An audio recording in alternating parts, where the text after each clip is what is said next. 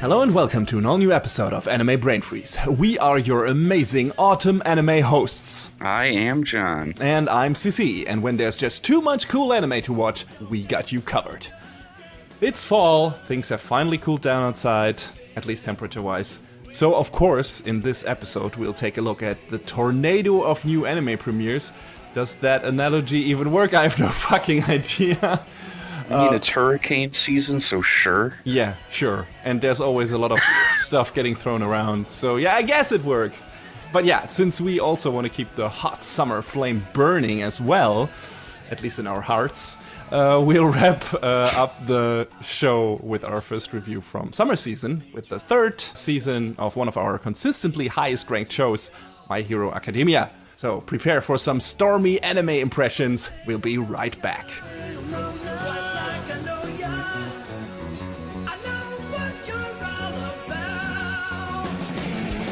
So yeah, here we are, and most shows we wanted to check out from the fall season have aired at this point. I want to still check out Ingress, which is due in like 4 days or something. So we'll see if that makes it into our review pool for fall eventually, but we're not going to talk about it here.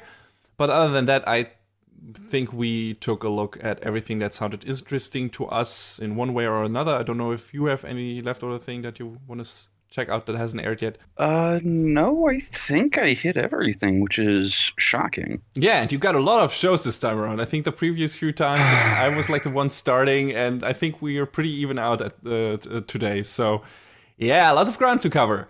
And yeah, as usual, we'll get our nopes out of the way, then switch to our maybes, and then talk about the stuff that has the highest potential to stick with us till the end. So John, why don't you tell us your nopes? Let's start off with a real hard hitter with Conception. Yes, that's also one of my nopes. So, Conception is based on a video game. The first game was released on PSP in Japan. It was never localized. And then there was a much, as far as I can tell, better, more tolerable, that's a good word, sequel on the PlayStation Vita, you know, that handheld that 10 people own. Yeah. Raise his hand slowly. At least in the West. It's rather popular in Japan, but... As well as the 3DS, but you know. So, Conception. On his high school graduation day, Itsuki's cousin Mahiru tells him that she's pregnant, but he's not the father. All right. Okay. Dodge that bullet, I guess. Just then a gate of light emerges and transports the two to the world of Granavania. In this world, impurities have been causing a disturbance to the stars, ultimately plunging Granavania into chaos and disorder.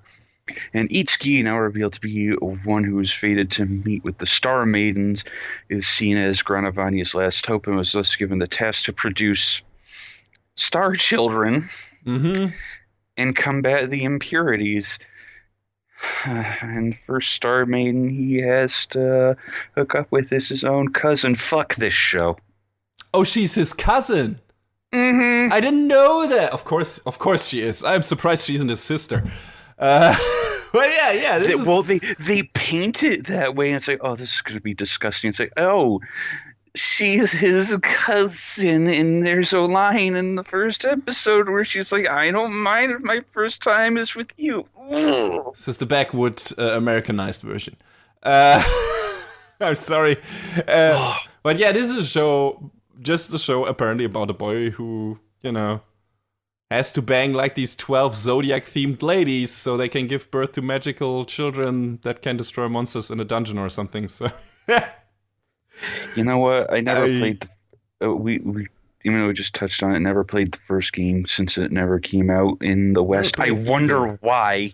Yes, that premise. At least in the second game, there wasn't any blood relation, as far as I could tell in the little time I spent playing it. So it's slightly less gross to think about for too long of a time. But let me just say. They fucking cut to the quick in the first 20 seconds of this show. Yeah. because you just see these silhouettes of these young ladies, and it's just like, Although I have to say, for such an edgy-driven premise, this is one of the unsexiest shows I've ever seen. Like, Yeah. oh no, nothing in this show looks even remotely erotic or sexy.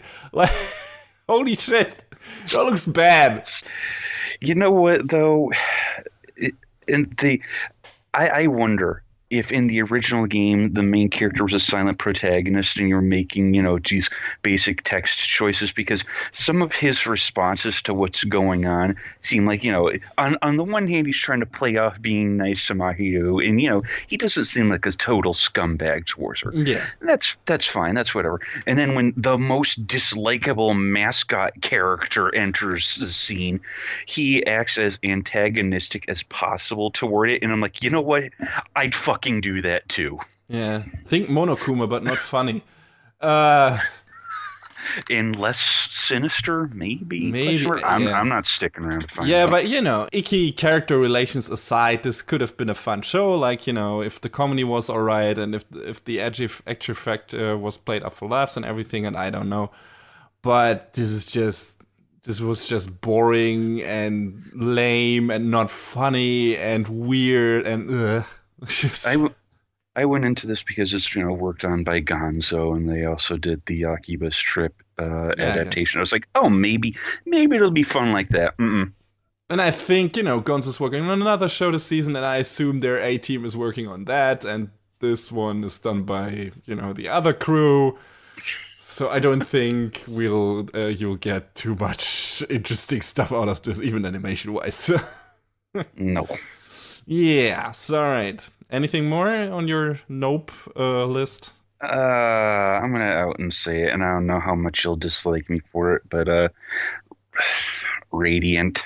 Oh no, that is actually on my nope list as well. You'll probably surprised.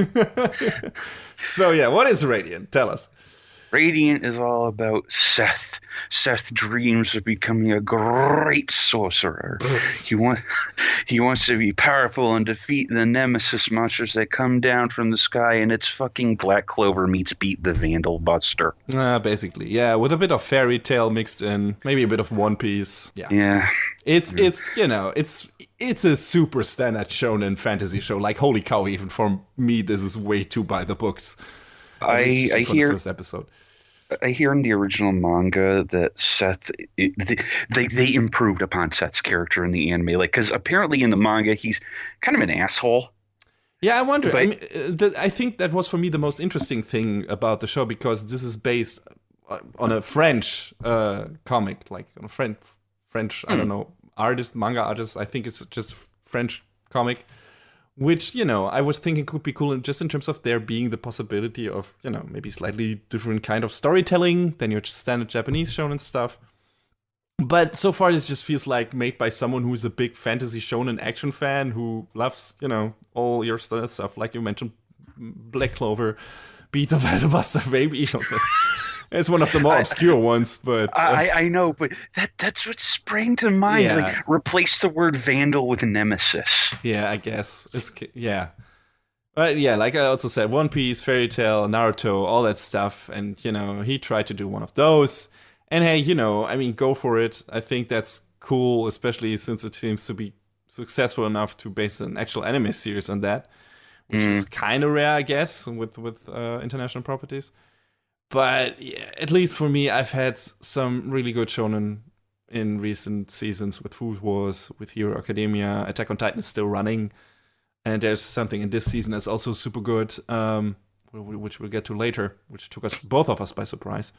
And yeah, I'm still watching Boruto, which I didn't expect. And I've grown pretty fond of that the longer I stuck with it. I think that show has a lot of stuff to offer that Naruto didn't. I think I'm good for now as far as really default fantasy shonen action goes. I don't think I need this, and animation-wise, it also doesn't look too good. So I mean, It doesn't look bad, but it all looks really generic, and it all feels really generic. So I'm sorry. I really was looking forward to the show. I wanted to like it, but it's just so standard fare and not really anything to set it apart from the other stuff. So Yeah, and that's the thing with Seth, because apparently it sounds like in the original comic he had a personality, not Yeah. a great one apparently, but they just sort of scrubbed that and made him into generic, shonen Goofy lead. anime shonen lead, yes. Oh, yuck, you betcha. Okay. Hey now, okay. Walk that back, because if we get a shonen action anime with Goofy as the main character, I would be totally down for that. Yo, Square, where's my Kingdom Hearts anime adaptation? I wonder. Yeah. I mean, I don't think you want that, considering how other you're right. anime adaptations of RPGs turn out. Yeah. Right, Yeah, you're right. You're right. There you go then. Well, yeah, but no, that's a nope for Radiant, definitely. What's next for you? Because I think that covers most of mine. Yeah, I got a bunch more on my nope list. The first one, Goblin Slayer, Ooh. which is dark fantasy stuff. It starts as like your typical Japanese or tabletop RPG thing. It's like this young party of upstart adventurers that gather for what they expect to be an easy mission. Just slaying some random goblins, which usually are like the weakest kinds of monsters in everything fantasy that you can think of, I guess. But then everything takes a dark turn, and their inexperience gets almost all of them slaughtered or sexually assaulted. Except for one female priest who gets saved by a dark, mysterious, armor-clad warrior, just introducing himself as Goblin Slayer, who helps her, get out of that mess and kill all the goblins. As his name suggests, he's a pro at that. So yeah, it's just like this super edgelord grim fantasy tale that obviously tries to be a berserk and subvert your standard fantasy tropes, but unlike berserk, it feels like none of the characters have any ounce of emotional complexity. All the violent and cruel stuff is just in there for shock value without having any substance or meaning to it.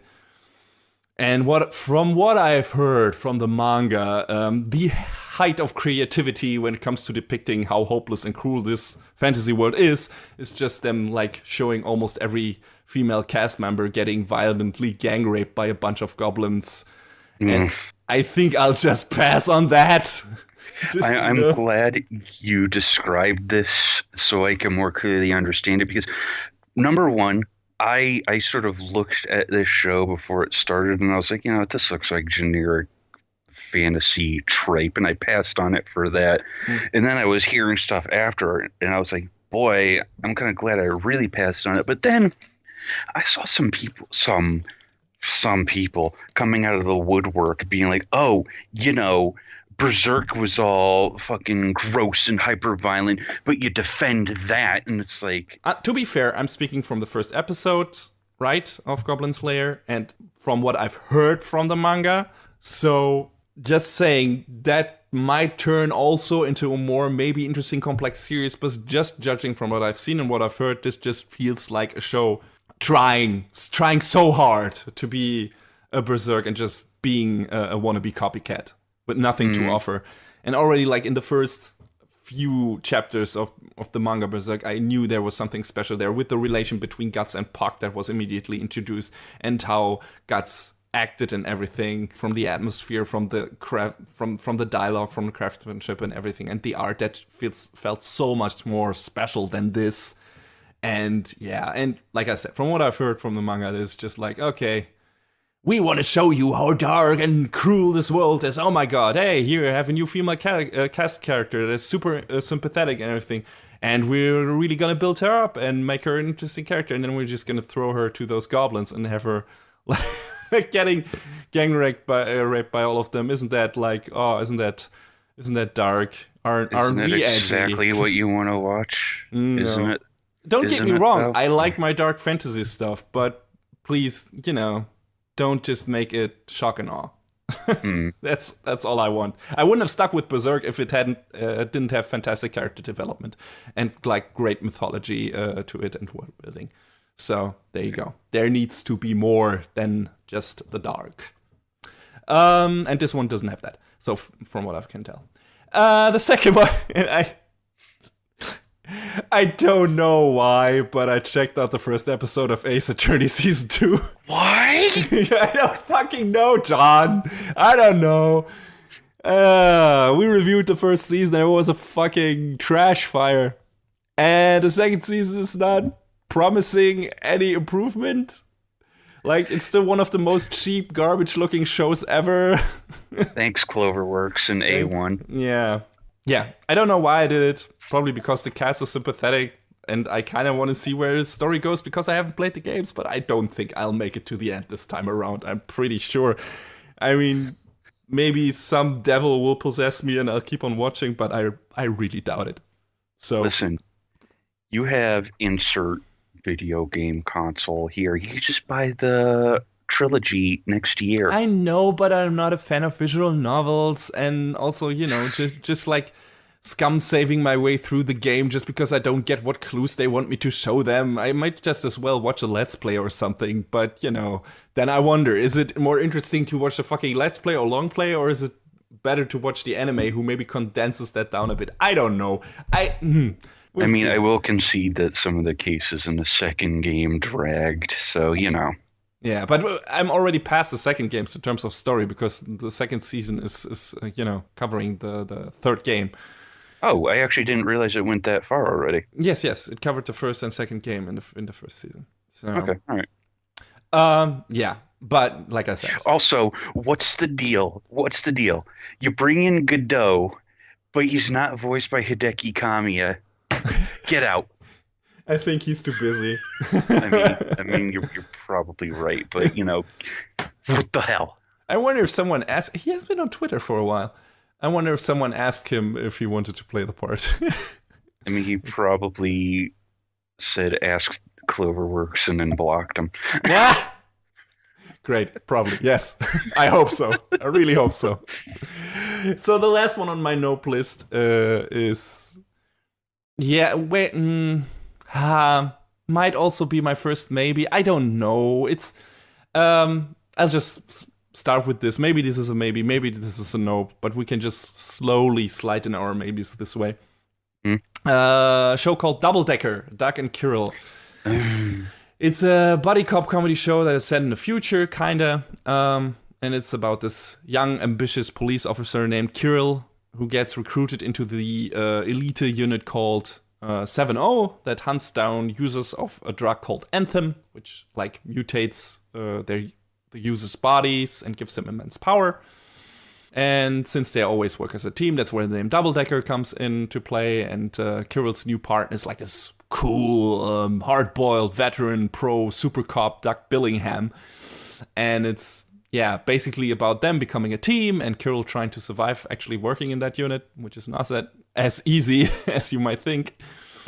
It's also very comedy-driven. The show starts off with Kirill having the typical Titus from Final Fantasy X moment where he's like, "This is my story," and the show's narrator just yells, "No, it's fucking not!"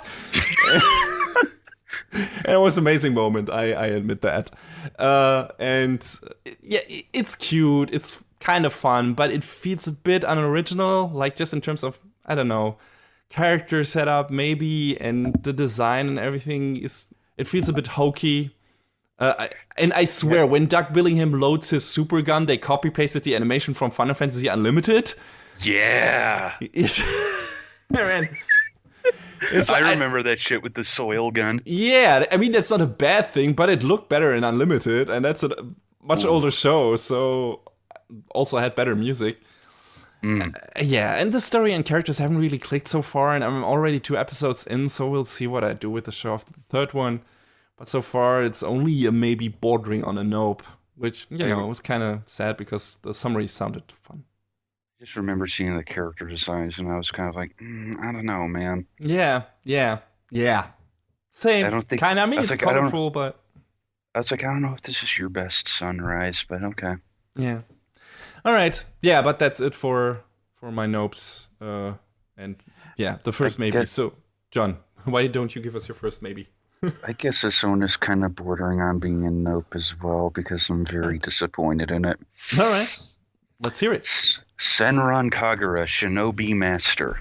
Okay, wait. That I'm wondering what your expectations were for a new Senran Kagura series, though. Please let me speak. Yes, sorry. So, I don't know if I need to really explain at length what Senran Kagura is. a series of games about ninja girls and tits and ass are involved. That's the long and short of it. Lots of clothes shredding. Yes, but I will say, the games have above average, gameplay for basically being simple beat 'em ups, and the relationships between the characters are at least interesting to see unfold. So it's got that much going for it. Shinobi Master, if I'm not mistaken, is supposed to be based on the new mobile game, because there was one of those weird browser mobile games that then got turned into a newer mobile game called Shinobi Master New Link. I don't know. They kind of slightly touched on the first episode on two of the characters that they introduced in New Link. But my problem is, oh boy, this first episode looked bad. It looked really bad. Who's doing it? It's headed up by TNK. Okay. And TNK have worked on,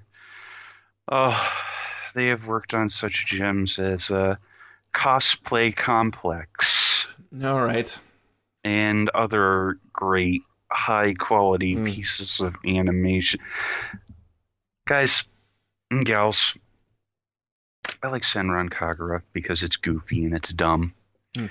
I had reservations going into this because when these studios put out their first or second or whatever PV for their show, you're expecting, hey, it's going to show all of the best, keyframes and all the Sakuga that you're going to hopefully get. I should have used the red flags were there from very far away. But I was like, you know what? Maybe they just rushed this out. And I'll watch the first episode and it'll be fine. Apparently not. I don't know. I will give this maybe one more episode, and if the animation is on the sharp decline that it already started, I don't know if I can continue because the characters look off model. Everything is just so stilted and janky, and it just after the first season was done by a studio Artland.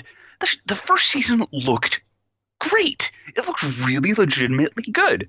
So I was like, hopefully they'll be able to carry that legacy forward. No. So this is definitely on the chopping block. All right. Let's see if the knife actually comes down on this one. It might. All right. So my next maybe is IRODUKU, The World in Colors. Oh, yes. Did you watch that too? I did. Oh, all right. So this is about a young colorblind girl from the year 2078 who, what was her name again? Hitomi, I think. Yes. Yes. Who is also a mage, apparently, like her whole family. And she gets back sent to our time by her grandma for yet, I think, unknown reasons yet. I think she hasn't told her why she does that exactly. Yeah. Well, you go ahead and then I'll say. Yeah. So, yeah, she comes back to our time, travels weird bus or something. And then she initially runs into some problems because she's not familiar with our antiquated ways and tech. But she eventually, tech as in Windows, and how to fucking open them. But eventually she makes it to her family, and she also stumbles into a boy who apparently is able to draw pictures that can actually make her see colors. And I don't really have quite a grasp on what that show is gonna be yet, like judging from the first episode. Like, it could be more of a mystery show to find out why Hitomi was colorblind in the first place, and, how that relates to her being a mage and all that shit. And, which could be cool, and she being, a fish out of water story, like in our time, could also be fun. But this also could just be, a sappy love story where it turns out that all she needed was a nice boy in her life to bring color and happiness into her world, and if that's where it's going, I'm probably out. So this is 50-50 at this point. Yeah. I want to say that this is probably one of the best looking shows this season. Definitely. Like, its PA works, just firing on every cylinder all at once. It looks beautiful. Especially in that moment where, like, the colors come to life at the end of the first episode. That was ridiculous. I was like, and holy everything is shit. like everything is like watercolor, pastel-y, and it's like, oh, this looks beautiful. Yeah. I wonder if this is supposed to be some sort of commentary that as technology advances, as the quote goes, it's indistinguishable from magic. Maybe. I don't know. It's hard to say, like I said, judging from the first episode, like what the themes of that show will be. Yeah. Also, the setup for this show seems really flimsy. Well, which kind of, I don't know if it puts me off entirely, because I'm kind of curious to see where it goes, but I'm also kind of like, tell me where this is going so I can decide whether or not it feels like I can leave it behind. It feels like a reverse isekai or something. I don't know. Except it's not an isekai, it's the real world, and that's weird, man. Yeah.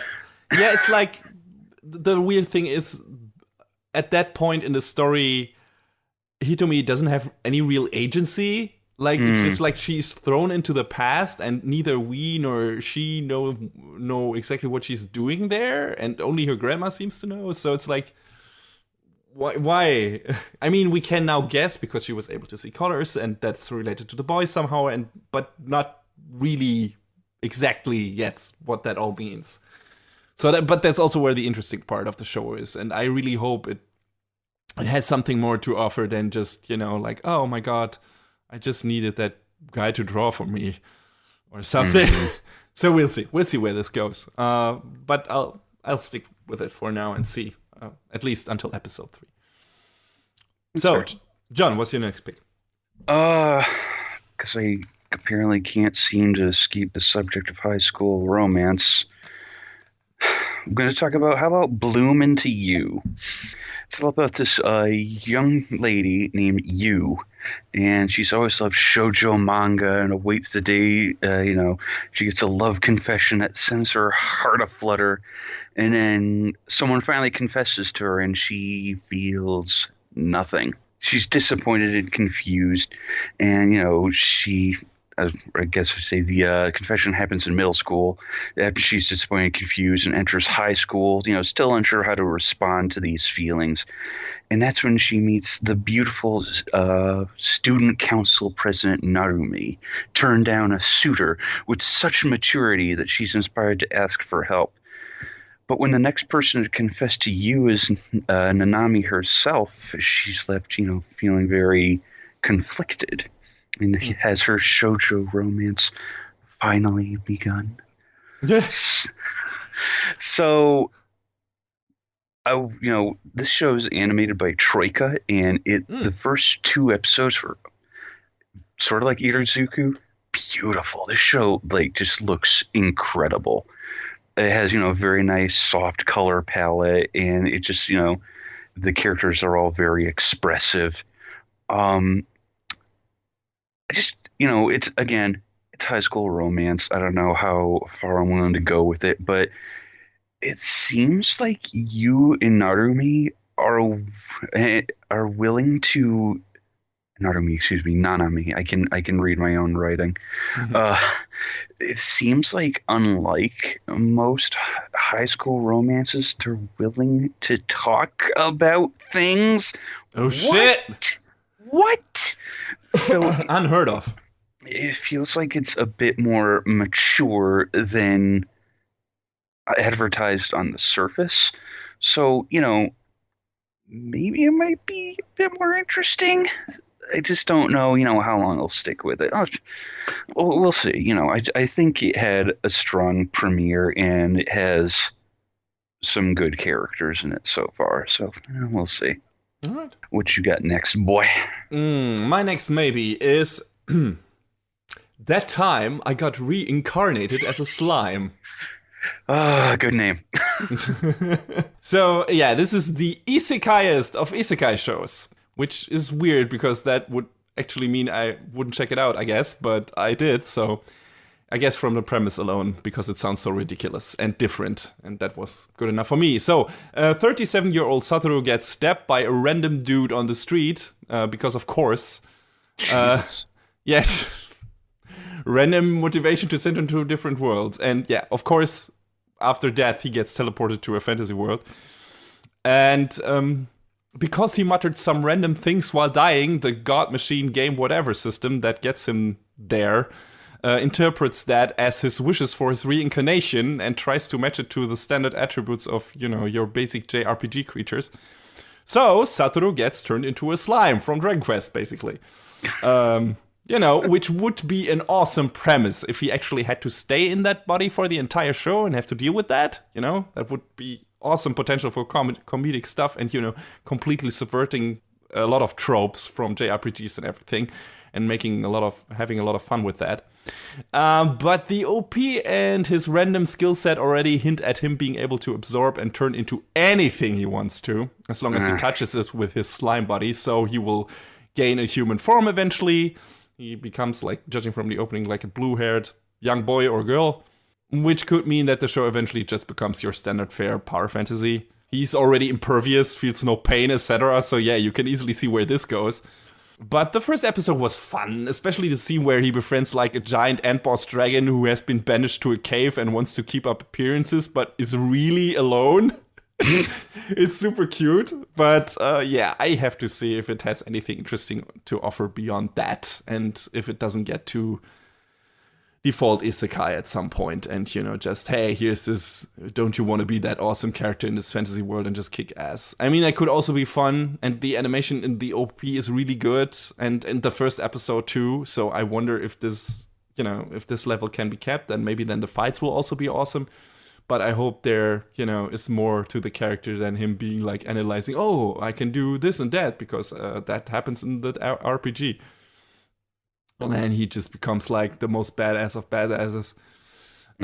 So yeah, I have to see. I'm not sure. I've only watched the first episode. It was fun. Also, one of the most fun things was one of his Kohais is with him when he dies, and one of the last things he tells him, please take my hard drives and fucking sink them in a bathtub, destroy them. All right, okay. It's amazing. So, if we got more fun stuff like that in there, if it borders on Konosuba, maybe in that regard, that could be fun. It could be fun stuff. So yeah, I'll see where this goes. For now, I'm kind of intrigued. So we'll see. So what's next on your maybes?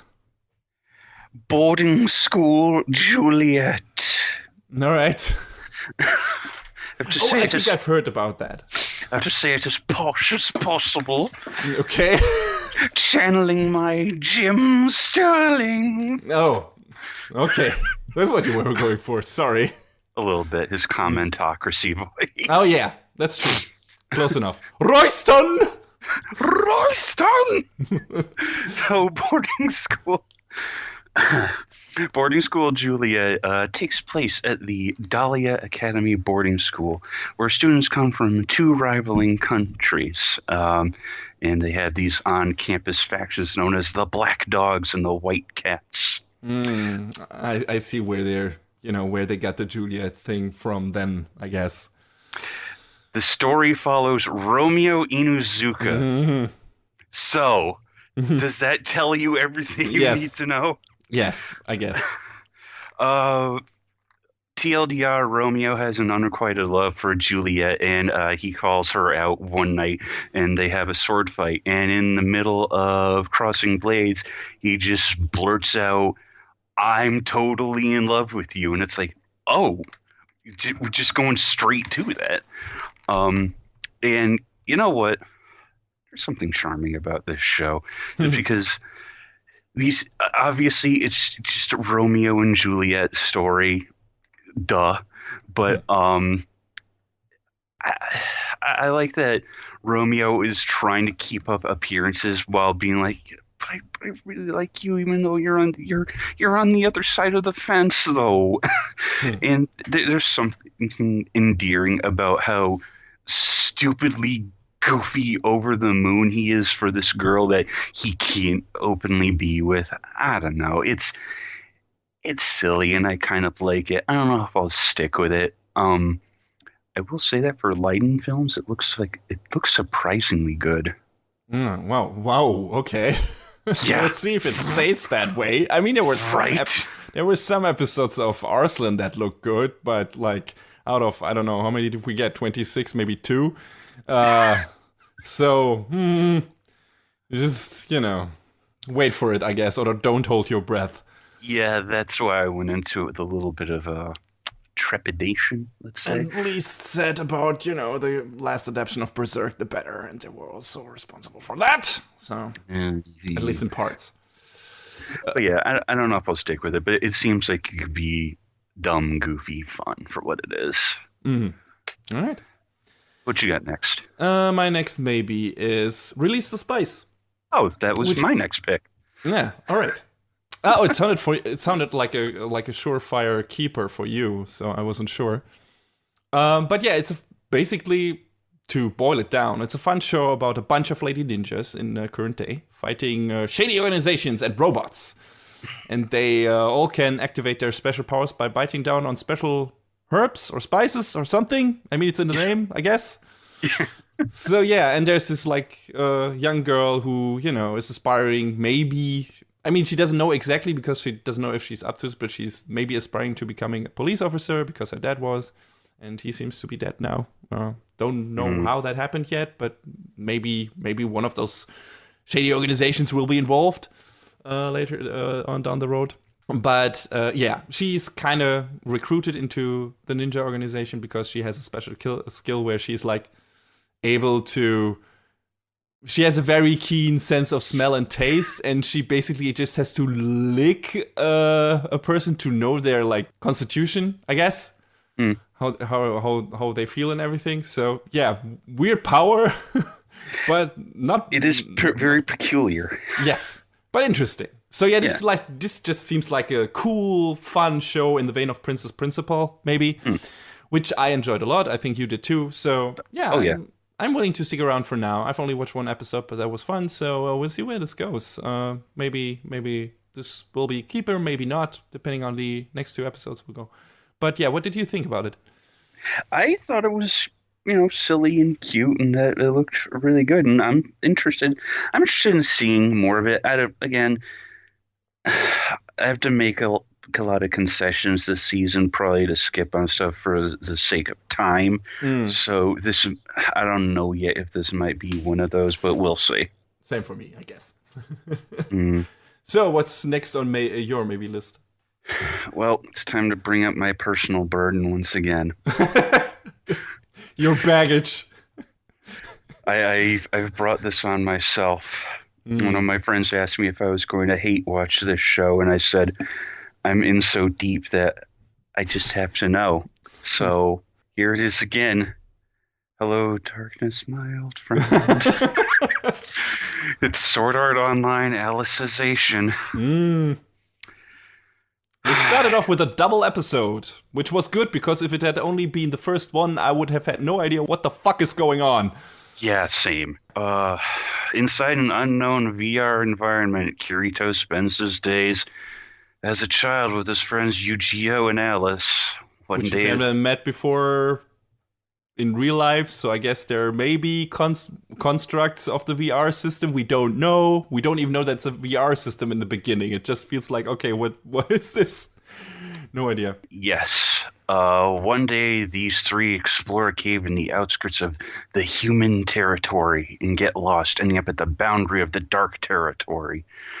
The 3 are witnessing a fight between a couple of dragon knights, and Alice trips and falls, and her hand touches the dark territory, and she is sentenced by the Integrity Knights to execution. Kirito attempts to stop Alice from being taken away, and Yu-Gi-Oh is paralyzed with fear. And soon after, Kazuto awakens in the real world with no memory of what happened. So later on, Kazuto is talking with Shino and Asuna about how he's basically been drafted into this super secret science experiment that's going to further the field of VR with this full dive technology called the Soul Translator. And it's, Jesus Christ, it's a whole bunch of stupid techno babble. Yeah, brain tubes. brain tubes and where's your soul stored in your brain? And Jesus, shut up, Kawahara. Yeah. Wasn't And it? But that tech was already teased at the end of the movie Ordinal Scale, if I'm not mistaken, right? yeah, I'm pretty sure ordinal scale is meant to lead into this, which makes me wonder how much of ordinal scale they're going to incorporate into this, because I'm pretty sure OS was just an original story, wasn't it? I don't know. I have no fucking idea. I'm going to say, I'm going to make a hard statement right now. We're not going to pause the recording for me to do any off mic research. I'm going to say with 90% certainty that ordinal scale was its own original story. Right. Because it's interesting, because you see during the intro sequence that Yuna is in there, Mm-hmm. which I was kind of like, all right. So on the way home, Kazuto and Asuna are attacked by one of the remnants of the Death Gun crew in Gun Gale Online. I can't remember what their actual. Laughing Coffin. That's it. Thank you. By player Johnny Black. And Jesus Christ, Kazuto reaches behind his back for his sword, and I was like, shut the fuck up. Yeah. Why? I mean, okay. I'm willing to suspend my disbelief when it comes to sword art, like, a lot. But, you know, even without having the sword, the entire movie, Ordinal Scale, made a point of Kirito having to learn to do actual, battles in real life.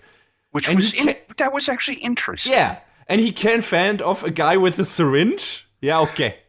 I want to ask Kirito, what was your game plan going for his knee instead of slapping the syringe out of his fucking hand? Yeah. So, he had didn't he have like a fucking umbrella or something? Yes, he did. Yeah, so he could have just opened that and just kept the guy at bay, and then I don't know, call for help or something until you can like kick the guy in the shins. Jesus fucking Christ, what the hell? I don't know. So this episode premiered on what is apparently Kirito's birthday, and he died. Happy birthday, Kirito! Happy birthday. So Looked I like guess, fucking Yamcha lying there. So I guess they're basically gonna put him back into the machine so that they can try and save him. Yeah, I wonder. And then his consciousness may be trapped in that, like, simulation, and Asuna and the rest have to get him out of there and something. Yeah, I wonder. Or have to get in there to, like, make him come back. That could be interesting, you know. I'm more interested in what that actual beginning of the story was, like how that is connected to anything, because it felt so far apart from everything else that I wonder what that is even supposed to, like, set up and where it is supposed to go. I mean, the girl is called Alice, and this seems to be like kind of Alice in Wonderland themed in general. Like there are a lot of terms throwing around related to that. Well, they fucking hammered that home as hard as they possibly could. Yeah, so I wonder what else they're gonna put in there from that story, and yeah, where this all goes. This is the most interesting part. I don't really care about what happens to Kirito and his gang at this point. Kinda, I mean, if he lives or dies, I can take it or leave it. I don't give a shit. But I'm interested into the the mysteries that the first part of the premiere episode like promised or set up. So we'll see. It's sort out. It could go either way. We could get an Alfheim or a Phantom Bullet. We'll see what this turns into, and if I have the patience to stick around and find out. And I think you feel the same way. I can't wait to be on Kawahara's wild ride for the next year. Is it supposed to go that long? It's a 4-core show. Holy fucking shit, I didn't know that. Oof, okay. Yep. All right. It was announced as such before it started airing, and I immediately fell into despair. Settle in, folks. Jesus, get cozy, I guess. All right. Not going anywhere for a while. Grab a Snickers. So, all right. I think we are through all through our maybes. And go to our, probably gonna keep those around. That's too long, so let's just call them our all-ins, I guess. Yes, so my first all-in is, of course, and I'm very sure it's on your list as well, Golden Kamuy Season 2. Yeah! Not much to say here, because we talked about that in our previous, review season. Like, the story continues kind of exactly where it left off. It gets instantly super fucking weird. We start off the first episode talking about boners and Golden Kamuy's back, baby. Yeah. Bookie to the max. Yeah, good stuff. Also, a guy dressing up in a skin suit who looks super weird, like it's fucked up. Yeah, Edo guy seems like a special kind of. Yeah. It's all great. It's all fun, amazing. The animation is still jank, but I think we both like / love it regardless. I mean, it was your pick for best of spring season, so yeah. I'm ready to hunt for some gold with these guys. Go Kamuy. Fun as ever. Yeah, what's the next on your list? On the first besides Golden Kamuy on your all-ins? Space Battleship Tiramisu Zwei. Right, that was coming up. Following the aftermath of Subaru's battle with his brother Isuzu and the resulting re-entry into Earth's atmosphere, the two crash land on the planet's surface. Subaru's mech, the Durandal F, is left a complete wreck, which leaves Subaru a complete mess. He's lost without a cockpit to shelter himself in. So Isuzu says he'll lend his brother the use of the Karukeon's cockpit until it's impounded. Tough luck. Suzu decides to park it on a street corner, and then in the next frame, it's gone. Oops. Womp womp. The two are apprehended by Earth Union soldiers and forced into a reunion with their exceptionally eccentric father, Soichiro, who says he will give Subaru his new creation, the Neo Durandal. Of course. But Isuzu doesn't agree with the Earth Union's ideals, and chaos ensues. Holy shit, plot is emerging in the second season. It seems you did not expect that at all after you've watched the first one. No, because the first one was just dumb and goofy and stupid. And I mean, there were inklings of plot sort of going along, but it feels like stuff is happening in between all the goofy shit. I mean, it's short form, right?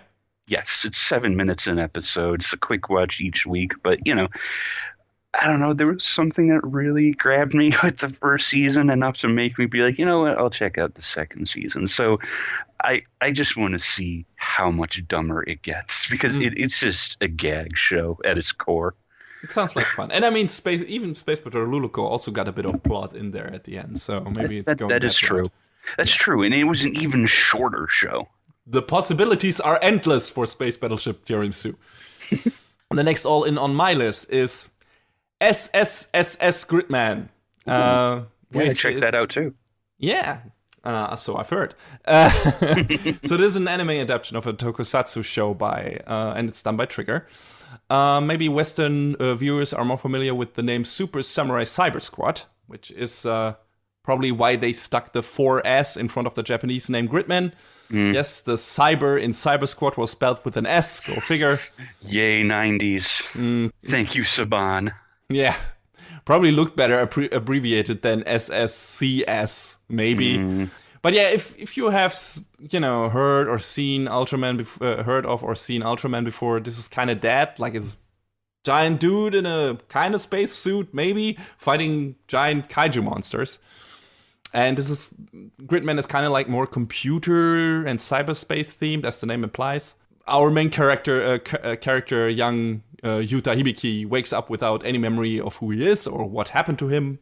But apparently he's the only one, at first, who can see the giant kaiju attacking the city, and the cyber agent Gridman, who asks Yuta to help him to destroy the creatures, because it's his destiny and everything, and his calling. It all feels very familiar if you've watched the original Super Samurai Cyber Squad. But it's got a very nice tone and look to it. The show was very good at building this dense atmosphere in its first episode.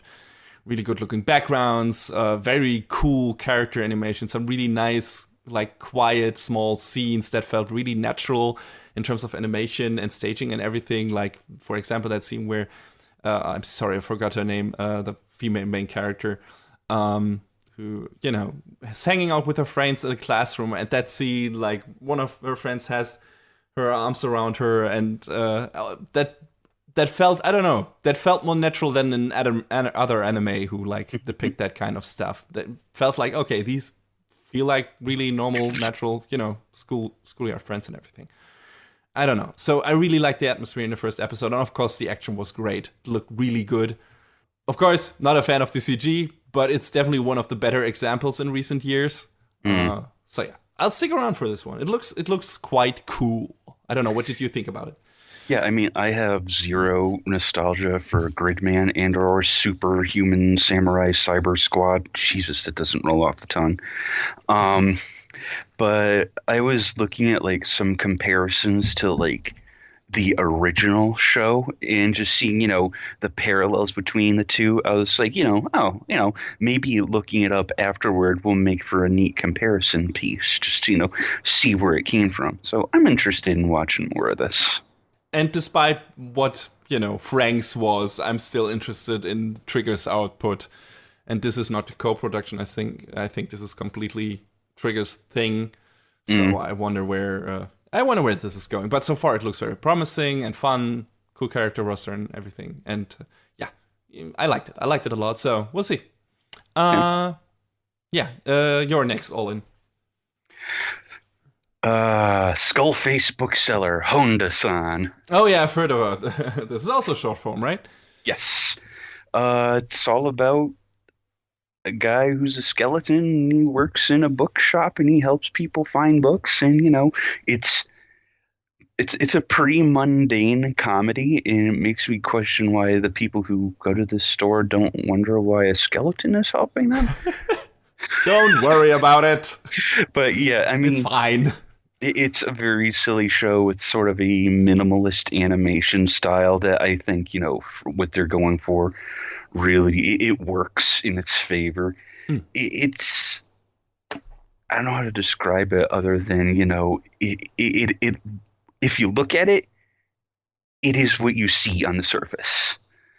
So okay. I think for what it is, it'll just be, you know, a fun 10 minutes a week to watch and see how Honda-san deals with helping people find different books. It sounds like he has real trouble fending off Fujoshi.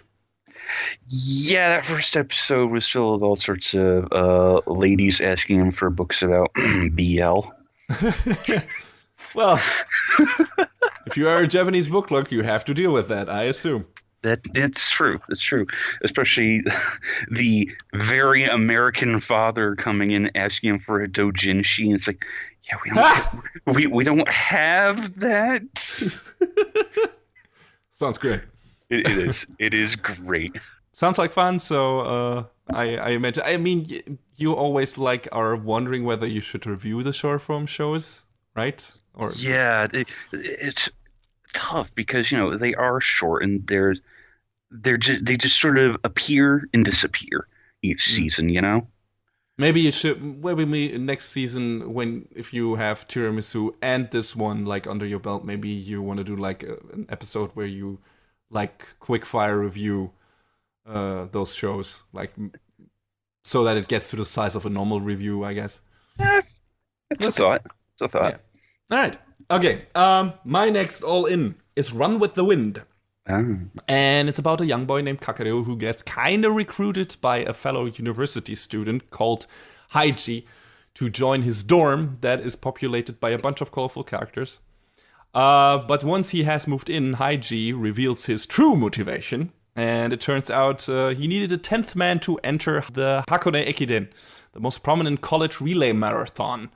And now Haiji is trying to convince all of the crazy characters who are not necessarily like sports people or in any way into athleticism in his dorm to train with him for the run. And he is not afraid to use the most underhanded methods he can think of. And some of those methods made me probably laugh the hardest from all of the premieres this fall. It's really good stuff. And yeah, the show, by virtue of being college, not in high school, again, much more interesting. Don't have this often, and the characters are, you know, older and in parts, are from all different age groups, actually. Kakoru is a first year. We got one who should be finished and graduated at this point, but who is kind of slacking off, and, that all feels really very familiar. Slowly raise his hand.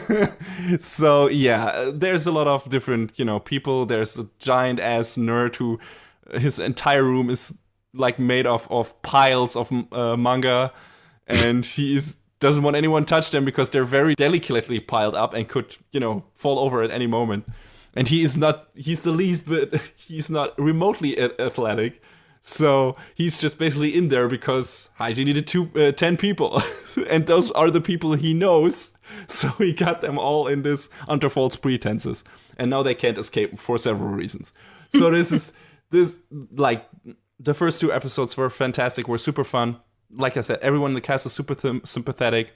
And this is a production IG show with many people from Haikyuu working on this as well. So it looks super good. And it just seems like a really great sports anime, a bit more on the slice of life side of things than, your shonen-driven thing and tournament-driven thing. But yeah, with this cast and looks, that is totally fine with me. And I had a blast with the first 2 episodes. So yeah, this one is definitely a keeper for me. I'm looking forward to seeing more of it. Cool. All right, what's next on your list?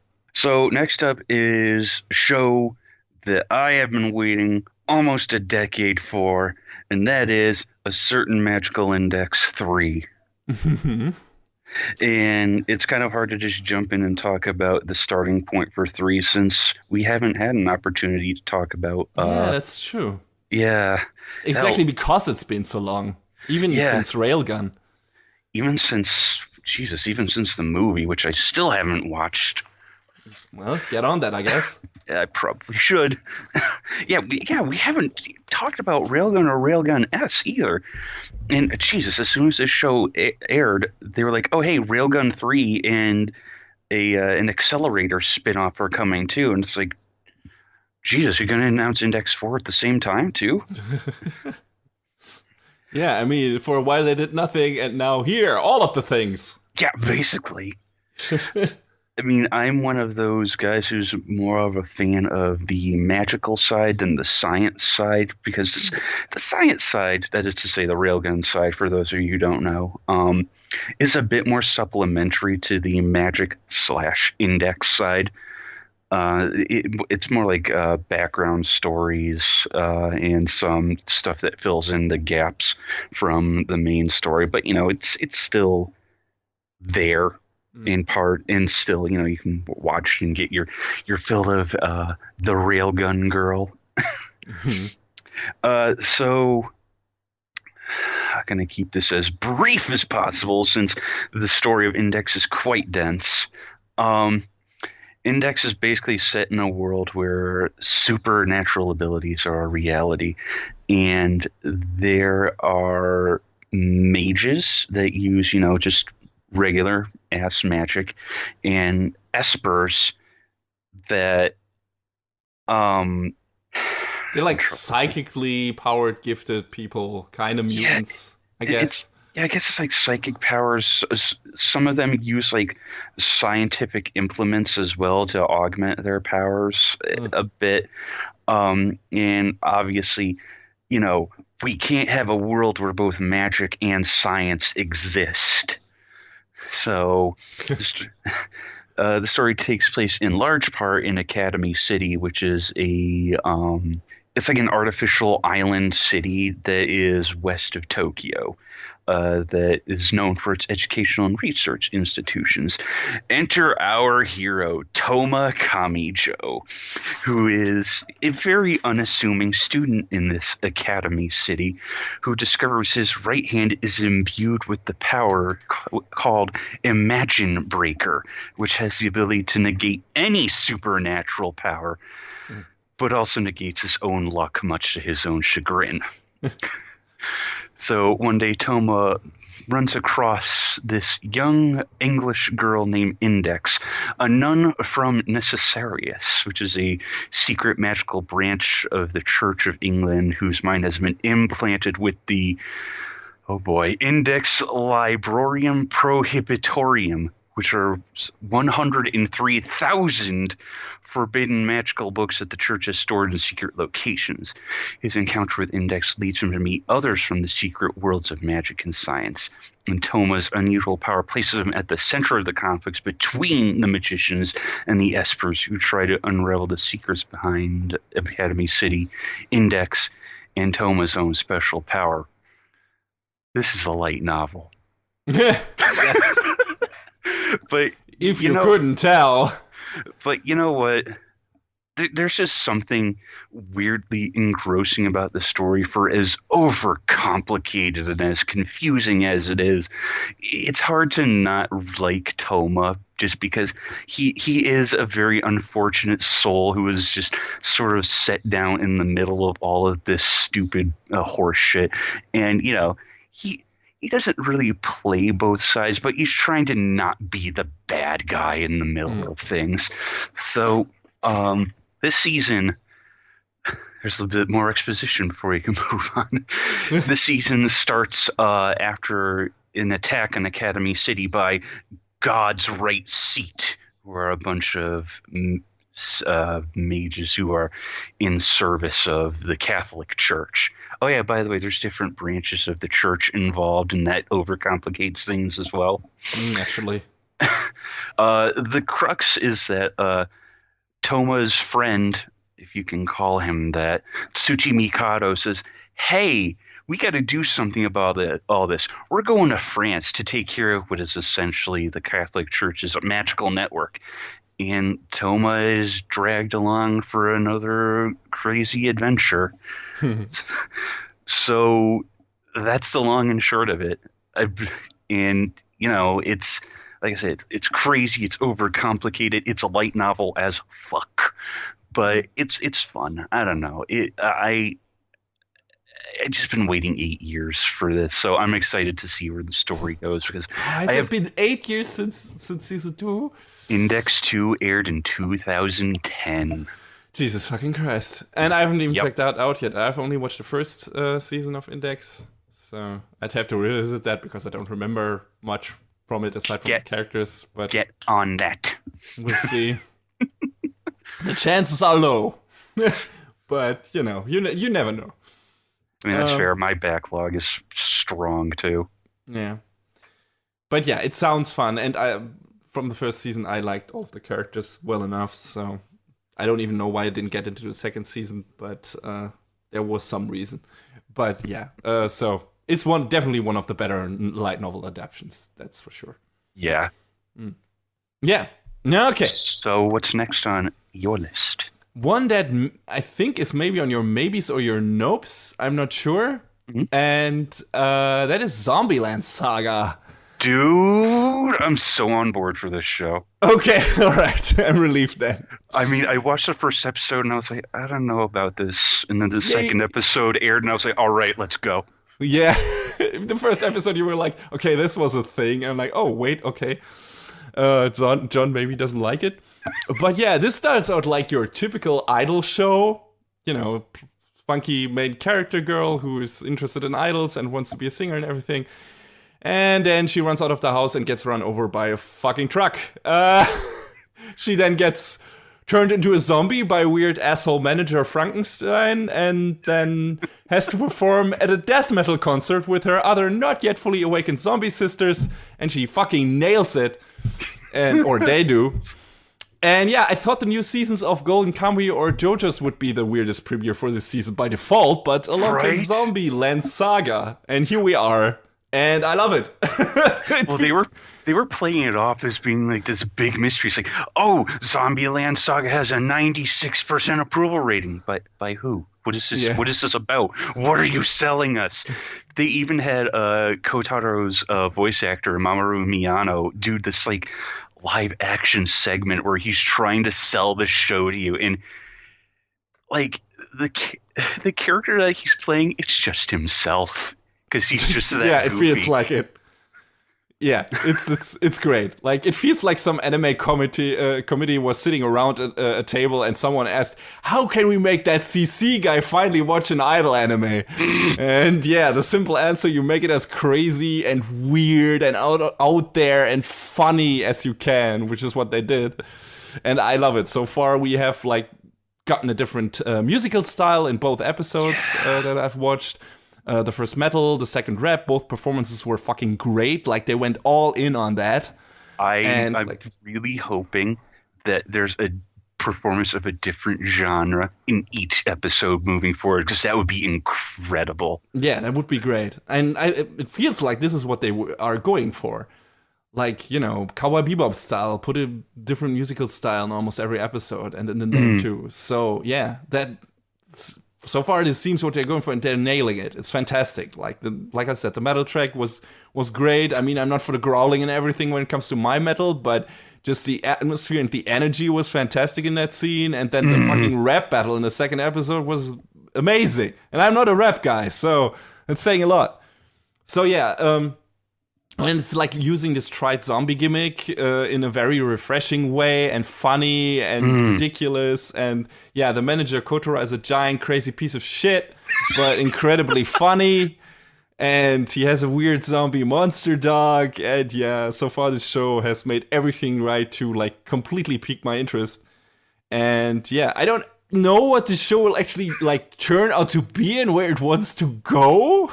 But so far, I've loved everything I've seen. So what more can you ask for, right? Yeah, I mean, it's got me on the hook. Yeah, I was expecting you to go there anyway, because as soon as I heard this is an idol anime at heart, I was like, okay, John is in. But I didn't remember reading that offhand. I was just like, you know what? I don't know what this is about, so I'll check it out. What the fuck did I just watch? Jeff Thu posted earlier on Twitter that his opinion of the show is that it's a great black comedy as well as being a searing indictment of the idol genre. And it's like, oh yeah, it's like, yeah. Yeah. It feels like I didn't want to like immediately jump there because I'm wondering, okay, let's see where this goes. But this feels like one of the harshest takedowns of that actual culture, like in real life, and how, you know, Kotora acts as the manager and everything, and the girls being actual zombies. You know, it's pretty blatant in its messaging when it comes to that. I just like, okay, we'll see what the actual like consensus at the end of the show will be, but so far it's like it's really vicious. So I love it. I think it's great, and I hope it stays as strong as its first 2 episodes were. So yeah, I hope the quality stays up too, because this was probably another one of the best looking premieres to me. Oh, definitely. Yeah, it looks fantastic. All right, next one on your list. Next, well, I think the next one was another one I wasn't expecting either, but I got in really hard, is Karakuri Circus. Yes, same for me. So this little boy, Masaru Saga, he's an 11-year-old kid, inherits his family fortune after his father is disappeared. And he's targeted by kidnappers with bizarre and deadly puppets. He's escaped, but he escapes from them because he's aided by this circus employee, Narumi Kato, who appears to him on the street in this big-ass bear costume. Yeah, he's doing advertisements for the circus. Yeah, the Straw Circus, I think it was. But the kidnappers catch up with them, even though they're on a train. Yeah. And Narumi is a martial artist, apparently, so he can at least fend some of them off.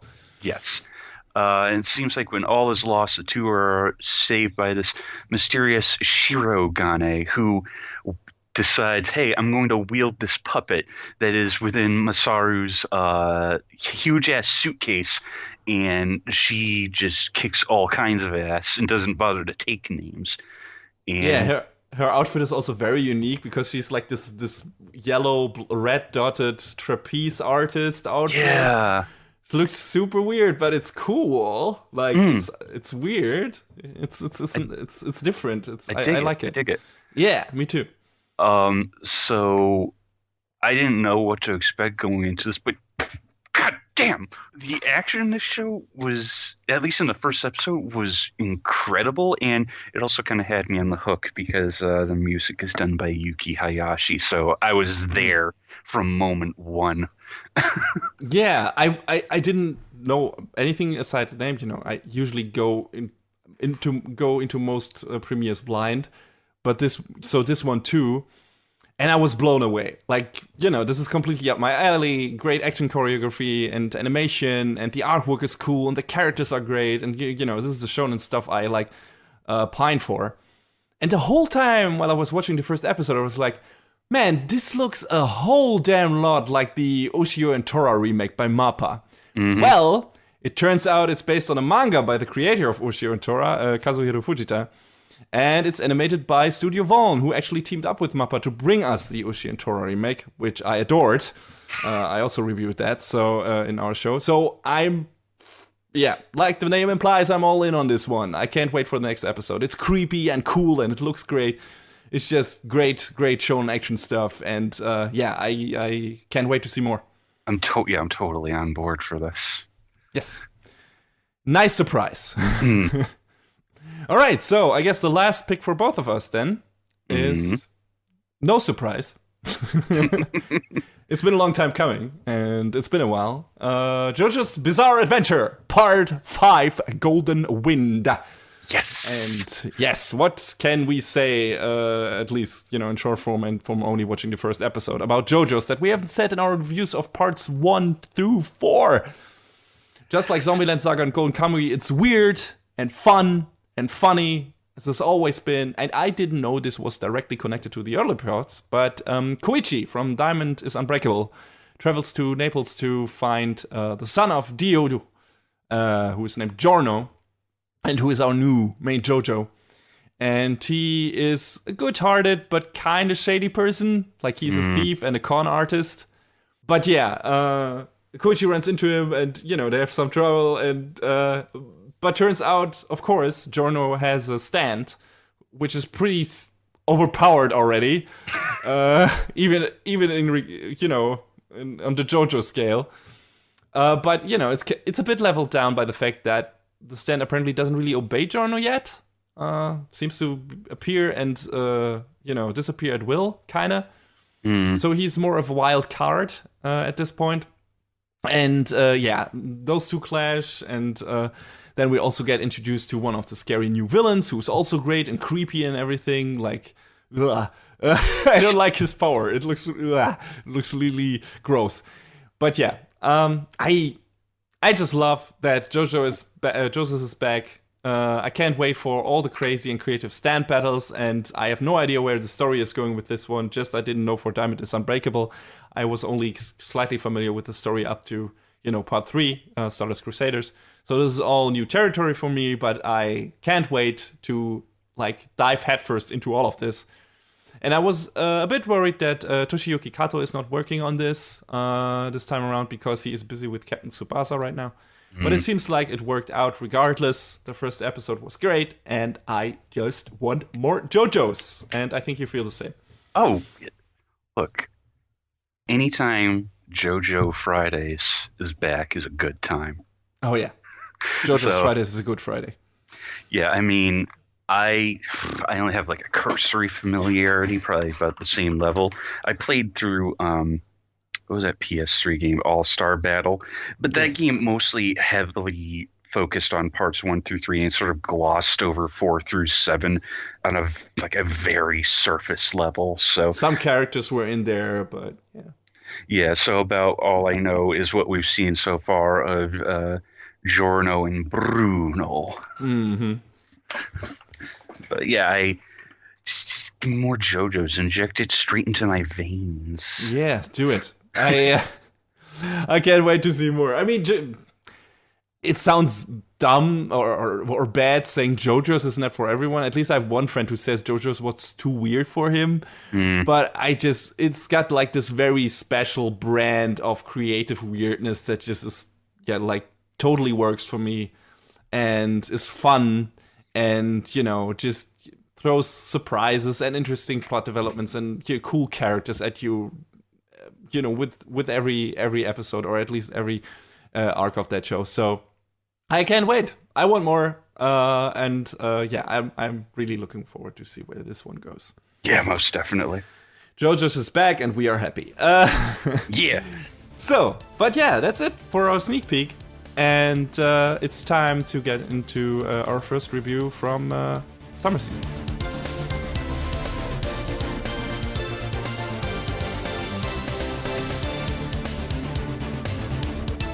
Alright, My Hero Academia Season 3. And since this is also our third review of Hero Aka, we don't have to talk about the story setup and production side of things and can just sit back, relax, and have a nice loose chat about this season. Of course, as with all our continuous series reviews, all previous seasons are fair game when it comes to spoilers, so be aware of that. We will, of course, also talk about some basic story stuff for Season 3, but we'll try to refrain from spoiling anything here. So, John, what were your overall impressions of Season 3 when compared to the other two seasons? I think they finally sort of kind of nailed down the pacing, just because, you know, the first season was glacially slow, as we have said at length.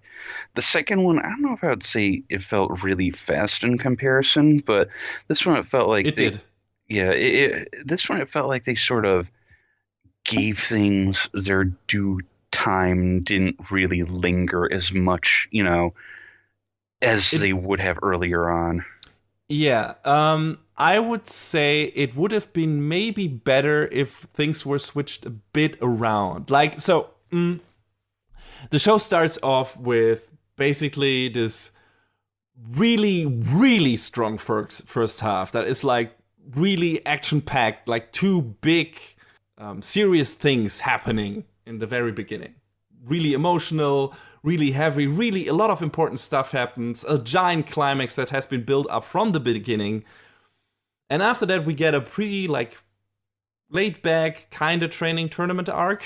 And then we get like one episode with another big climax, at least character arc wise, that has also been built up from the very beginning. And then the show peters out a bit by setting up stuff for the fourth season in its like last 2 or 3 episodes. So, you know, just in terms of, you know, it going in waves was a bit better pacing wise, but maybe it should have started a bit slower and ended on a more faster note. I don't know. You know, a lot of people, not a lot of people, but I saw some people complain that like the last part of this season couldn't really live up to like the explosive events in its first half, and that it felt like the show, you know, went a bit not downhill quality wise, but downhill like event wise in terms of what was happening in terms of story developments. Yeah, I get why people would say that. I mean, I didn't mind it, but I wonder if things, you know, if more people would have, you know, like unequivocally would have loved the season as much as I did, or we did, if, you know, they would have been able to change this around a bit. I just think there was, and I get why they did it. I just thought it was a little strange why there was an odd sort of break toward the end to say, hey, go watch the movie. Yeah, it's like this one small lead-in episode that is definitely in there just for the movie. And, you know, that is set in the middle of, like, this tournament training thing, like, after a kind of, I mean, not story-wise, but like a serious turning point of the exam thing that happens. And it's like, I okay, honestly what the fuck? feel like they should have said it before that. Or make it like a small OVA special at the end or something. It was like, okay, now we have a special episode that leads into the movie. But I guess time-wise, they had to do it there because the movie was coming out at that moment that you know, the stuff was airing, and they were shifting it maybe around a bit. Maybe it was planned to be at a different side, but then the movie release date got shifted a bit back or forward. But it still works out, in my opinion. You know, overall scene. So let's talk about the arcs of this season in a broad sense, kind of. So we have in the beginning, in the very first, just like a thing that is set up like the first couple of episodes, like a training arc, because the class has to go to summer camp and learn to make better use of their powers and everything. And that quickly, very quickly, turns into a nightmare for them because some things happen in regards to the villains set up in the first 2 seasons. And, what happened, we get the Shigaraki and the beginnings of the League of Villains in the first season. And obviously it's related to that. And in the second season, we got Hero Killer Stain. And his ideology and agenda and everything leaked out basically through mass media into the public and inspired a lot of people and villains that were kind of hiding in the shadows to a specific degree and were not open about, or were not, making use of their power to a certain extent and didn't bond and form teams and everything and were just doing solo stuff. And through the stuff that Stain did and how that got publicized and how the public reacted to that and what an impression that left in regards to how the heroes reacted to that. All of that had an effect on the villains in the society and now comes to kind of a critical climax as in some characters bond and become a team and now, one of the let's say puppet masters behind the scenes has kind of an army growing and they set things into motion. And yeah, that's what happens. And that is pretty much like the first third of or first quarter maybe of this season. We got like 26 episodes, I think. Yeah. As a whole. So this is a longer one, just like the second season. And yeah, this is just the first arc like that happens in summer camp is super strong in my opinion. I really, really liked it just from it suddenly going like completely like ape shit, like everything is on fire basically.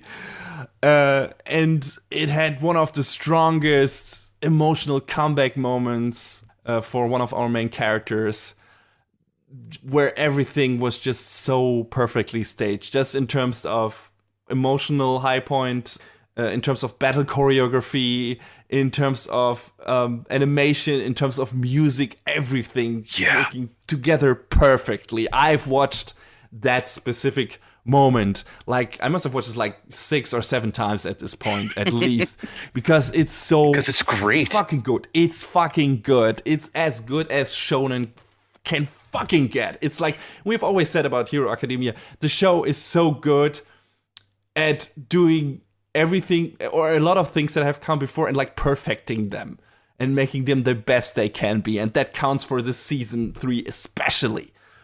And this is one of like that fighting scene is one of the examples. Like fucking watch that scene with your sound system all powered up and like the composer Yuki Hayashi reaches new heights in this season in my opinion. There's one specific theme that gets played for the first time, I think, in that special scene, and that is so good. Like even after watching it after the 5th time, that scene managed to pull at my heartstrings. Like, and the voice actors are so fucking amazing in the scene too.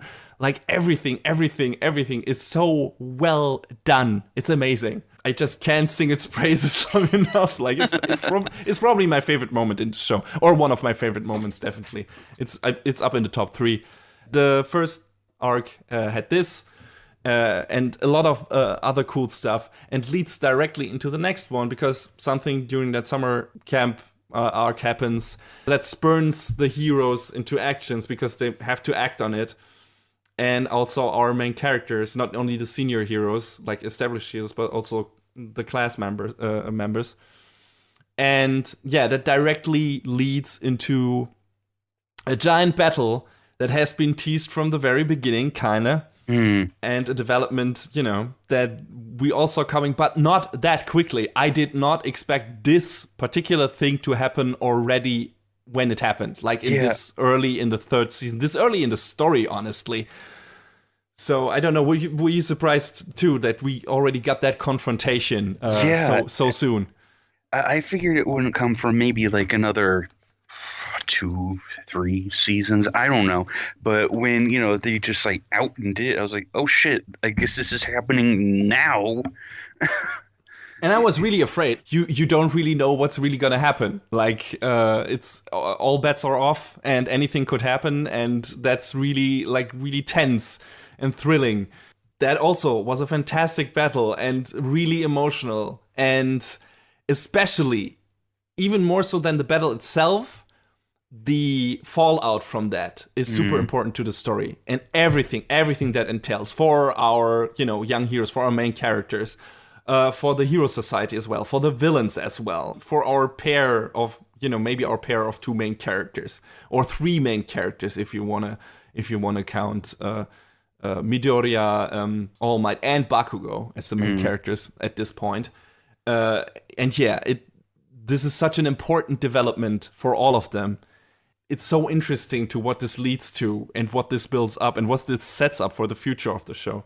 I loved everything about this first half. It was fantastic. It was like almost non-stop, and that's what I meant when I said, okay, when in the first half we get this non-stop story, action climaxes, emotional climaxes all over the fucking place, and then we kind of get to take a breather, which is also nice.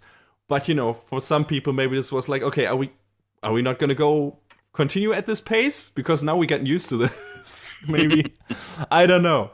But as I myself was kind of welcoming the breather that we got after that.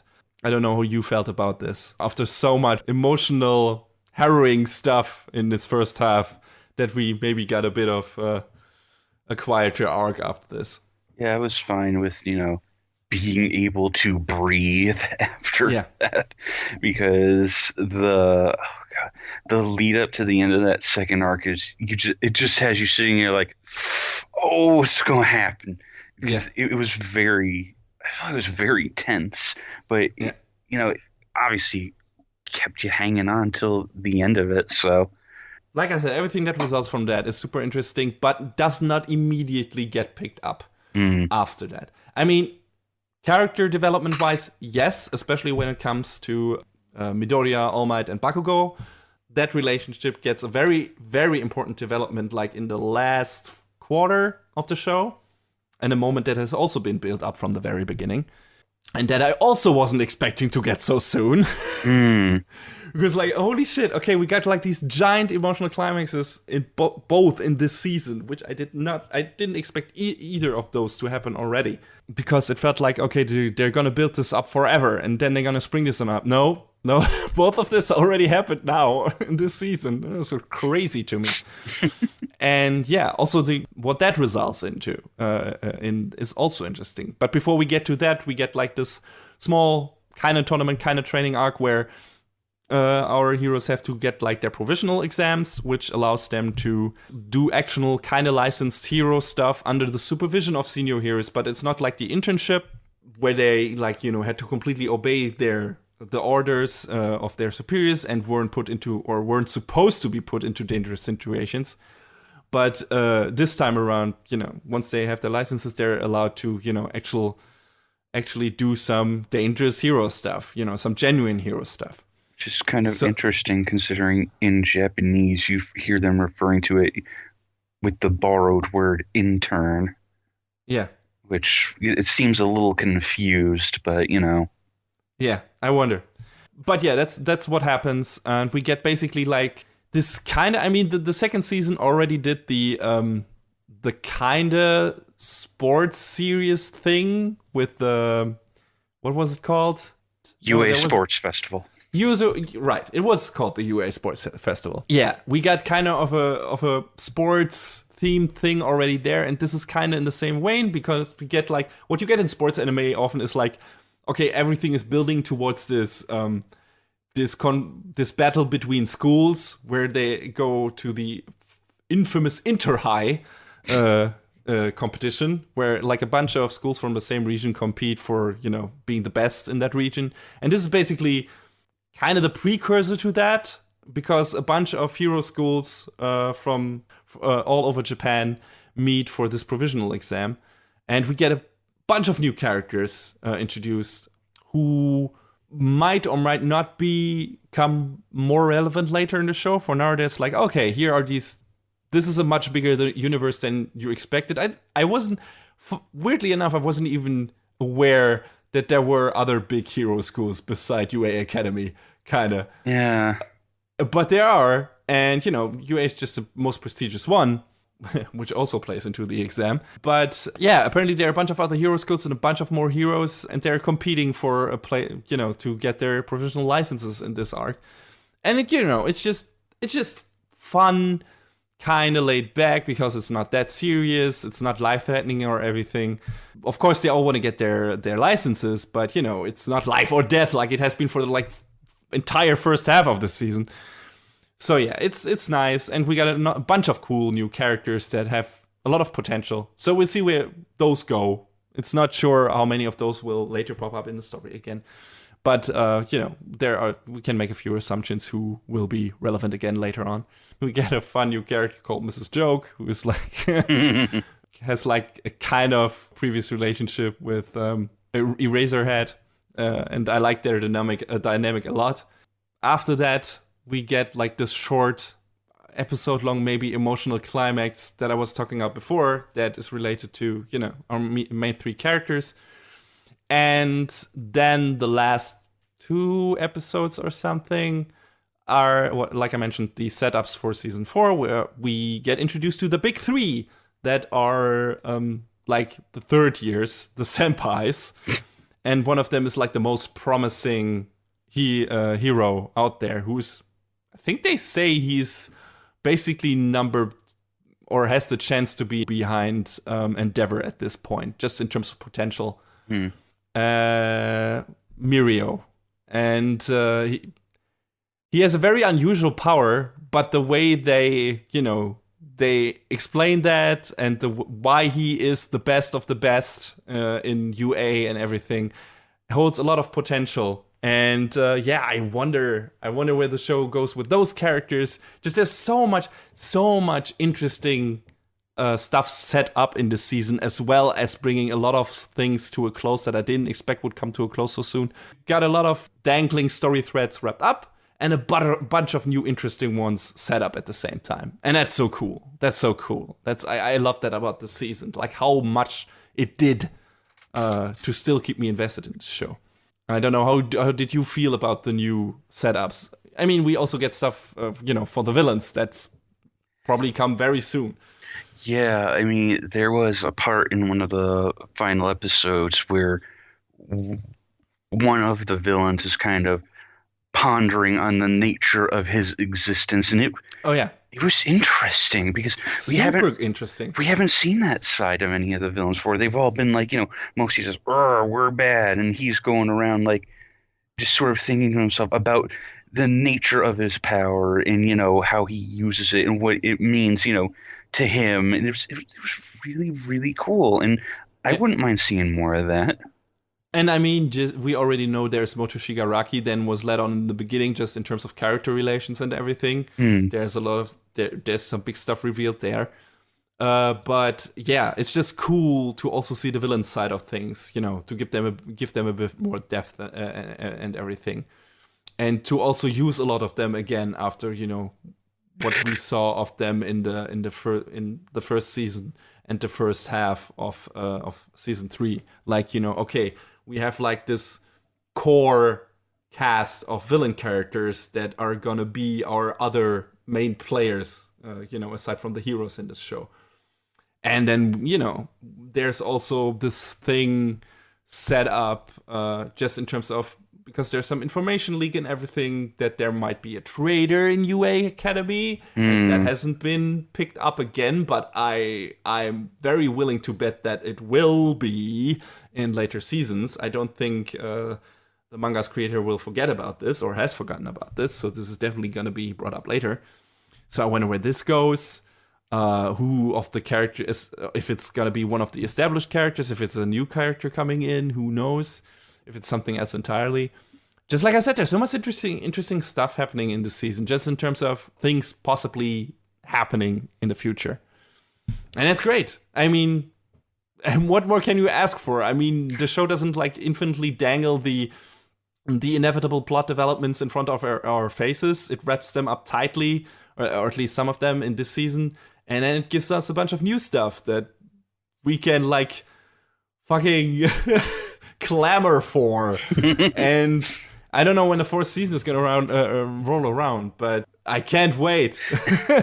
I like that, not only have we talked about there's like a shifting dynamic between Midoriya, Bakugo, and All Might, but there's also sort of another shifting dynamic with another character. I don't know if we should talk too much at length about that, but broadly, sure, you can mention it. Okay, about the dynamic between Ochako and Midoriya. Yes. And how she comes to this realization that it's got to be one or the other for her future, and she decides I want to be a hero. And I was like, that's admirable. That Horikoshi didn't compromise on that. It's like he had her make a very decisive choice, and I was like, that's great. That's really good. And I'm glad that, it's not just her waffling, over and over to herself about her situation. So of course, I'm glad about that. Yeah. And at the moment, she seems to keep her resolve. And I wonder if she can keep this up. And if she doesn't, if they can, like, bring that plot point back in a convincing way and not make it like, okay, it's just typically wavering back and forth, that you see in a lot of other shown relationship plots or when it comes to those relationships. So, yeah, I wonder. But so far, it was a really interesting, turn of events and everything. And I wonder where he is going with this and what this is going to entail. But yeah, you already started talking about one of the characters.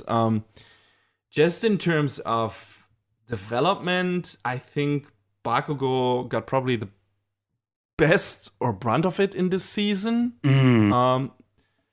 What happens to him in the first half, or like the first part, the summer camp thing, and what that leads to in a second, and then what happens at the end of the first half of the show, because that's very important to him as well as Midoriya. And again, what that leads into with the second big emotional climax in the second half. And his relation to Midoriya, his relation to All Might. All of that is really important stuff to the plot of the show, to the character relations of the show. And if you've told me at the beginning of the show that there would come a point where I would actually find Bakugo sympathetic to a degree, I would have called you a dirty liar.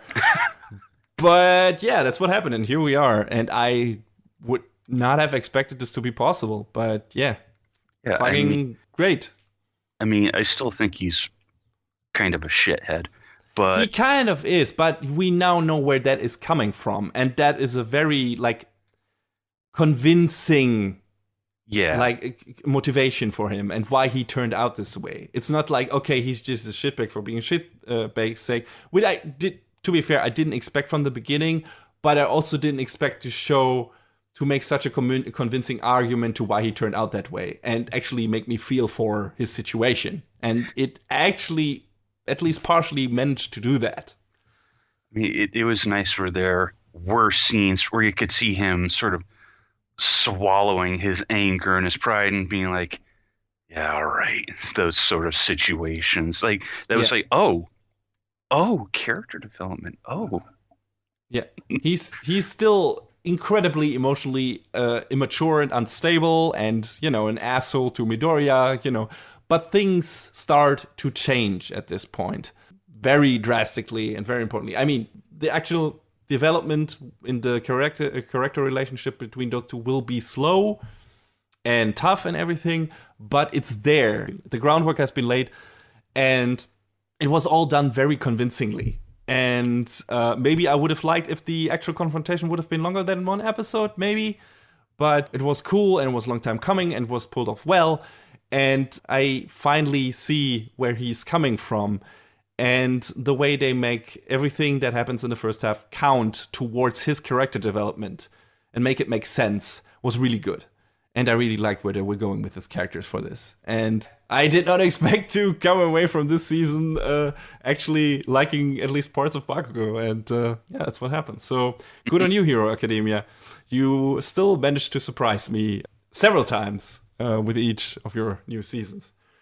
So yeah, of course, Midoriya gets some interesting development. More straightforward, I guess. There are not that many turns for his character. I mean, he has to figure some things out, definitely.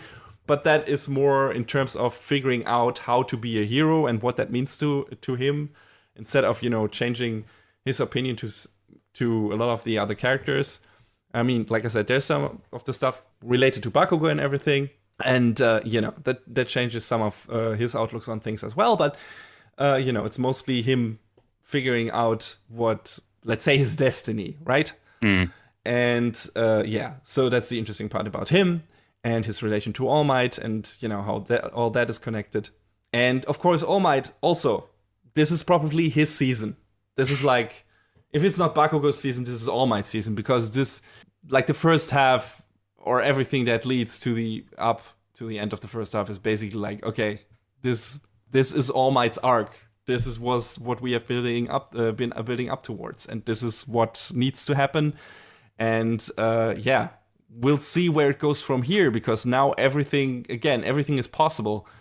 Everything can happen at this point, and that's also very interesting, kind of scary. But it's the show doesn't rest on its status quo, which I always appreciate in anime. And it takes the characters through a logical evolution, which is still somewhat surprising in certain aspects. Some of those I didn't see coming.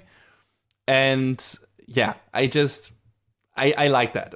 I like that. I like that it all, when you look at it, it makes sense how these characters behave and how they evolve and everything and develop. But you didn't see all of this coming from the beginning, because it subverts some of the typical shonen tropes. It's some of the typical character development tropes and everything, puts them on their head. And, a picture that you formed on certain characters at the beginning of the show and where they would end up gets turned on its head. Yeah. And I think it's one of the things I love most about this show, that, it just can keep you guessing at certain points. It does the standard stuff that we are used from other shonen shows, like the best it can possibly do, and still manages to do a lot of things differently. And I cannot even imagine how to ask for something better or something more when it comes to. I am a giant shonen action fan, and My Hero Academia, just in terms of being classic, what you could consider classic shonen action show, just in terms of what it has in it, in terms of story tropes and everything, just has everything I want and does everything perfectly, and some things better and differently. And I hope that train keeps on rolling. And I cannot imagine how the fourth season will surpass the third one, but I already said that after the second one, I think. So, I mean, everything is possible, I guess. I fucking love My Hero Academia. There's no doubt about it. It's great. I went into it with no expectations when it first started, and it's like, just keep it coming. Just give me more. Of course, obviously Bones probably finishing working on Mob Psycho, among other things. So we probably won't see a season 4 for a couple more years, but that's fine. I don't know. I mean, they've already announced it, so that's a step up, I guess. But yeah, you're right. So there's Mob Psycho on the horizon. And they were probably also working on the movie at the same time. Oh, yeah, that's true. So, yeah, we'll see. But we know it's coming. That's all that matters. And we know it's going to be good, like 99%. I'm sure that it's going to be good.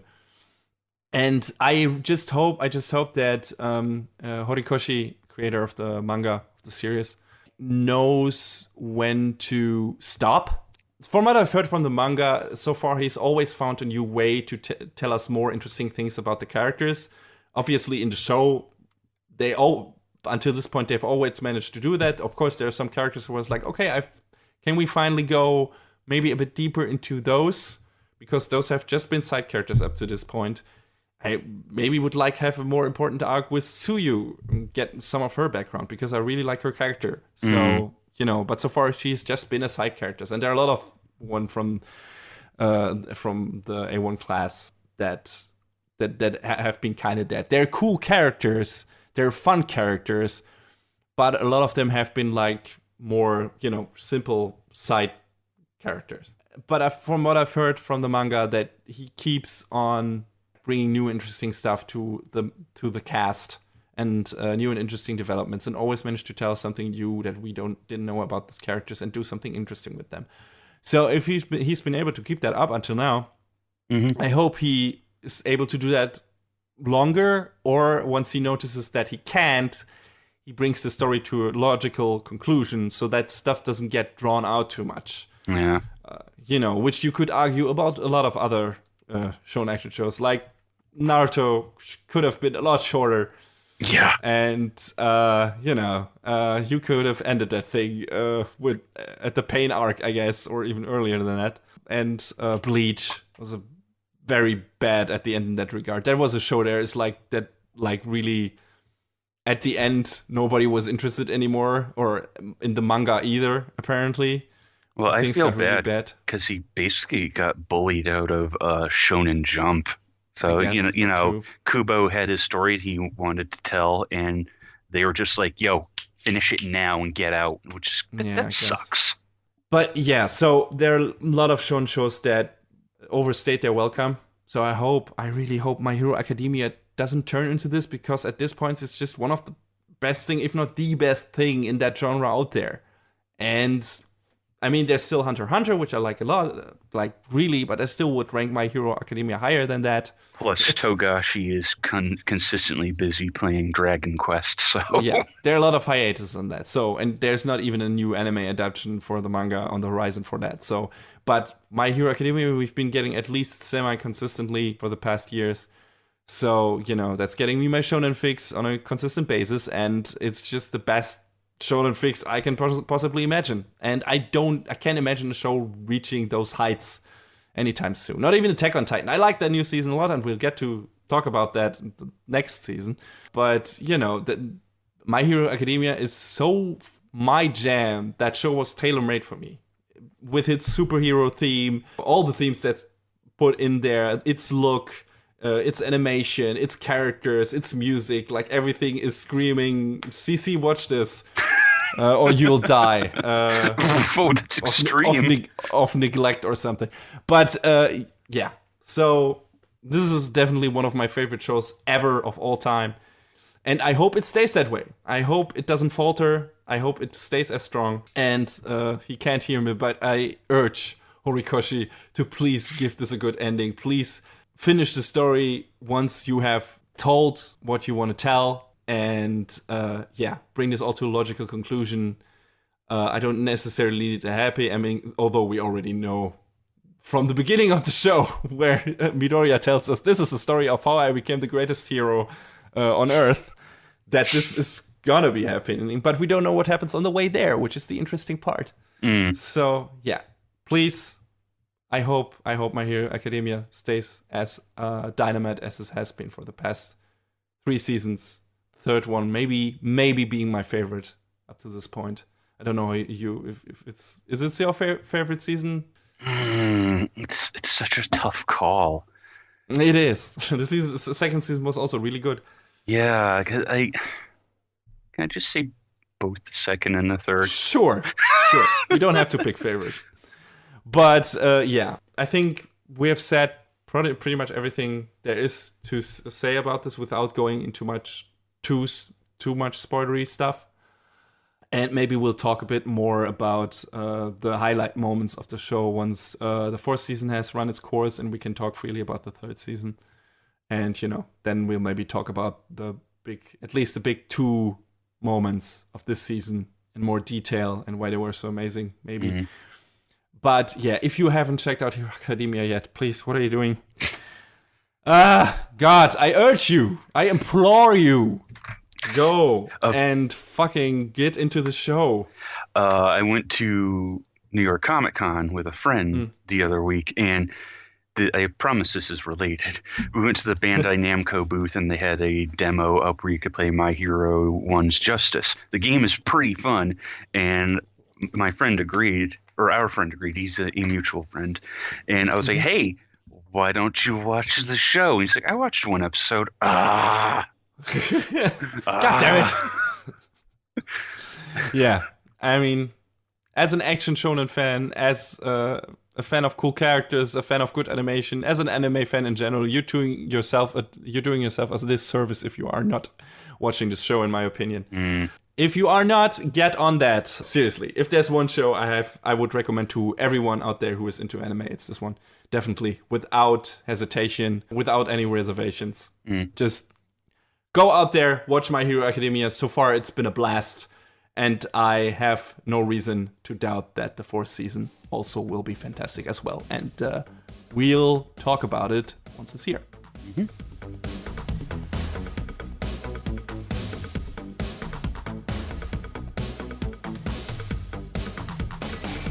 And that is a wrap on the 60th episode of Anime Brain Freeze. All the music in our show is from the Double Dragon Neon soundtrack by the amazing Jake Kaufman. Please go to vrt.bandcamp.com and check out his awesome work. Our show is available on most of the popular podcast services, but it's always worth visiting animebrainfreeze.com for some interesting articles linked in our episode release posts.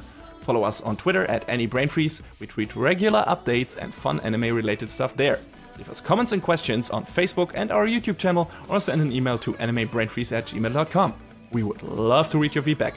Thanks for tuning in. We hope you had a good time, and please join us again on our next show. Macht's gut. See you later, everyone. Next time on Anime Brain Freeze. A beach volleyball battle to be the best in Japan. And only possible in anime, intense badminton action.